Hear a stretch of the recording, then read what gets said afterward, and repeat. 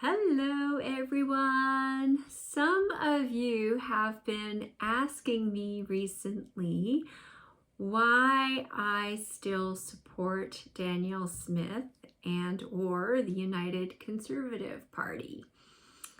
As many of you know, I have not been treated very well by that party, and I would argue somewhat unjustly by the UCP.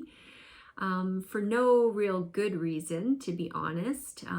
Much of the same reasons that they tried to discredit Danielle on her so-called conspiracy theories around COVID and policies, statements that she made on certain issues. My policies and views have really been no different than hers for the most part.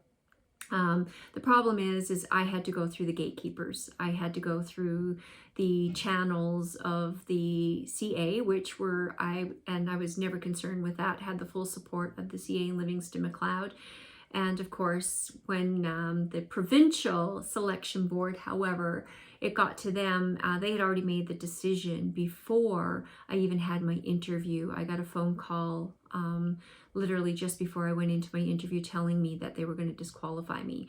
I had my interview with the CA, flew through that, I think, with flying colors. They put my name forward, and then the executive, I think, still under the influence, too much so, of the Jason Kenney crew, saw to it that I would never ever be accepted as the nominee for Livingston Macleod. Now they have a wonderful MLA down there. Chelsea is fantastic and she'll do a wonderful job. But many of you have took a step back and said, why? Well, here's the real reason why. I've never done any of this for me. The real reason that I have done this is I am from the East Coast. I have lived all across this country, and I have seen the consistent abuse that Alberta has been subjected to. And with C-69, C-48, and C-69 in particular, as Danielle Smith calls it, the Don't Build Anything Anywhere Anytime bill, it truly was an attack direct to Alberta. We were the ones who were going to be hurt the most by this, and of course, if it hurts Alberta, it's going to hurt all of Canada. It really is. And nothing is going to change until something changes. And what has to change is our provincial position on these issues. You know, most recently, there's been 2 court cases that have been won successfully in favor of Alberta industry and Alberta oil and gas. And, you know, today she implemented the Sovereignty Act to fight back and push back against the federal government yet again on the electrical grid. And the federal government has just gotten too bold for its britches. It's just gotten too big. And it's dictating and mandating the cost and spending of billions of dollars now upon provinces, whether they like it or not, whether they have any input or say into it or not. And that has to stop, because any successful relationship is truly built upon good communication and respect. There is no respect. Ottawa has absolutely zero respect for this province. And when I say it's not about me, it's not about me. It's about, this is my home. And don't you dare come into my home and disrespect my family, me, fellow Albertans. You know, we are the ones that have the power to say no, and we need to stand up and defend our home.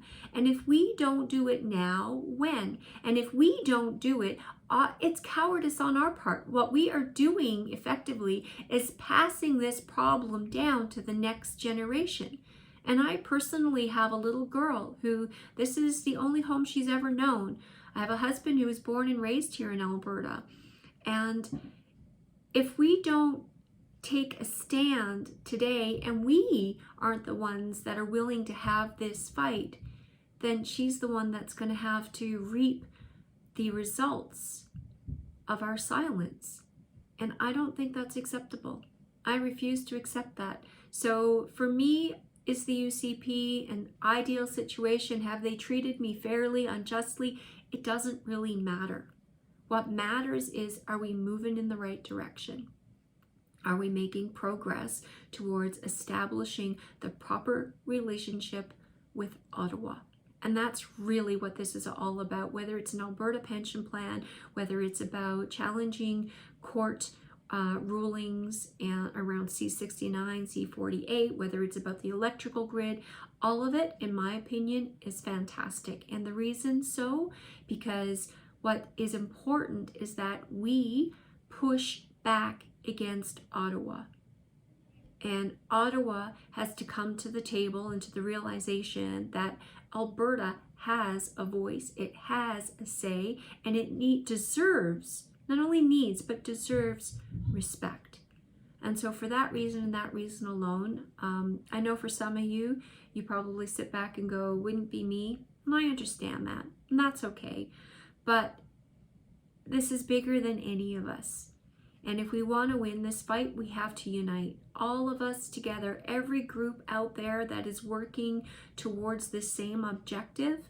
We don't have to come together under one umbrella, but we have to keep moving forward. We have to keep supporting one another and keep the progress and the momentum that we've started under this Danielle Smith United Conservative Party.